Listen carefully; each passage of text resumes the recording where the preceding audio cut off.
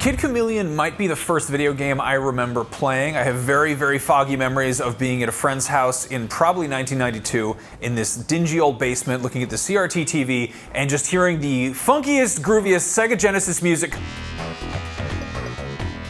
The whole thing with Kid Chameleon is there's about this dude named Casey who decided to go into a virtual reality experiment and then go through sort of different dimensions to defeat Wildside, who was basically an evil arcade owner who would kidnap children. And he could only be defeated by Casey, the Kid Chameleon, who would put on different hats and masks and stuff and turn into like samurais or a skeleton who drove a tank.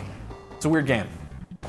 Golden Axe is a side-scroller beat-em-up. I played as this woman who, she's not wearing very much. I feel like she's not really kitted out for battle. She's basically got a bikini on. But she controls fire, so you can activate a fire spell that burns all the enemies around you. Highlight for me was always when you saw an enemy riding in on a dragon and you were like, I want that dragon. That's my dragon. And you just kick the enemy off, jump on board, and then you could use the fire-breathing ability to just take out everything without them even getting close to you. And when you kill your enemies, they make this hilarious sound, and it's like, ah! That's genuinely it. Contra Hardcore is full of unbelievable set pieces for a 16-bit game. Buildings fall over, giant robots jump into the foreground from the distance, there's a highway chase where the player runs toward the TV screen, plus you can play as a werewolf with cybernetic arms. So Alex Kidd was the original 2D platformer mascot for Sega. He was around a bit before Sonic and he runs at a bit of a slower pace, but there's a lot of charm in those games. The first time I ever played an Alex Kidd game was Alex Kidd in Miracle World, which was actually an inbuilt game on the Master System 2. Now I didn't actually own this console, my friend owned it and I used to have to go around his house all the time to play this game specifically. Now, I begged my parents, just begged them for a Master System 2, and then one year, Christmas came, and I didn't get the Master System 2, but what I did get was a Sega Mega Drive, and they gave me Alex Kidd in the Enchanted Castle instead. Alex Kidd had this really strange take on what a boss battle was. I don't even think the developers had seen what a boss battle was before. Every boss battle was a game of rock, paper, scissors, which is extremely look-based and quite frustrating to an 8-year-old. No one who played Alex Kidd doesn't remember that it was rock, paper, scissors for every boss battle, which was bizarre.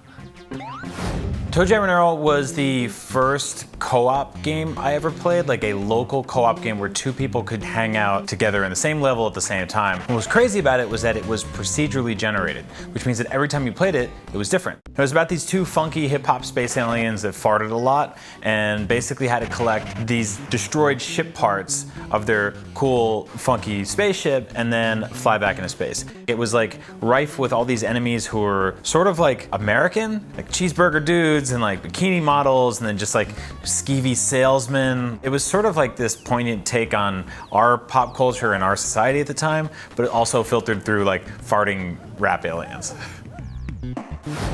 Dr. Robotnik's Mean Bean Machine is a puzzle game where beans, different colored beans, drop and you have to connect them to each other in order to get longer combos and beat your opponent. In the game, you have to fight against Dr. Robotnik's henchmen, or henchbots, I believe they're called, and beat them in succession in order to get to the main man, Dr. Robotnik.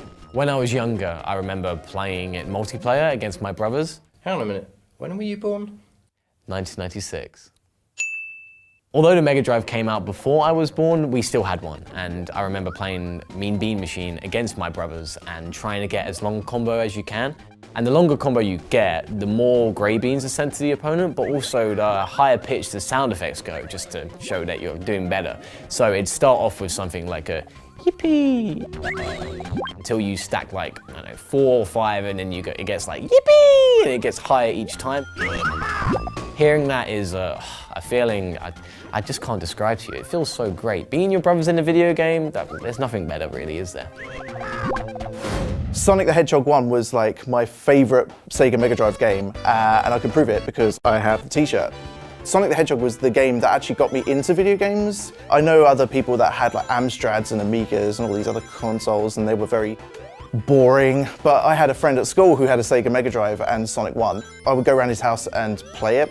And it was just the combination of like these big vibrant graphics, the astounding sound, the music that was composed by an actual Japanese pop artist, and the gameplay where you could literally control this big vibrant blue ball of destruction and just destroy all these robots and save the animals within.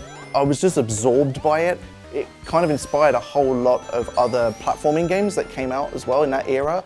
Loads of mascot furry animal platforming characters that came out on the Mega Drive and the Super Nintendo. So really that was the genesis of a lot of platforming games in that era.